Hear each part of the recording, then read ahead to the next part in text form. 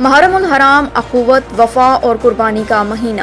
نواسۂ رسول صلی اللہ علیہ وآلہ وسلم حضرت امام حسین رضی اللہ تعالیٰ عنہ نے حق و باطل کے معرکے میں اپنی جان قربان کر کے اسلام کو تا قیامت جلا بخشی۔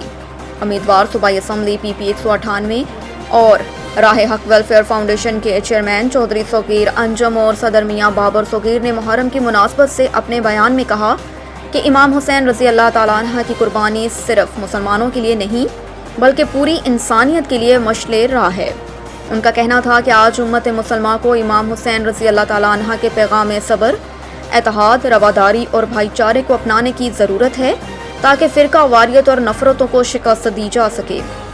ادھر سوات میں دریائے سوات میں ڈوبنے کا دلخراش واقعہ پیش آیا جس میں قیمتی انسانی جانیں ضائع ہو گئی۔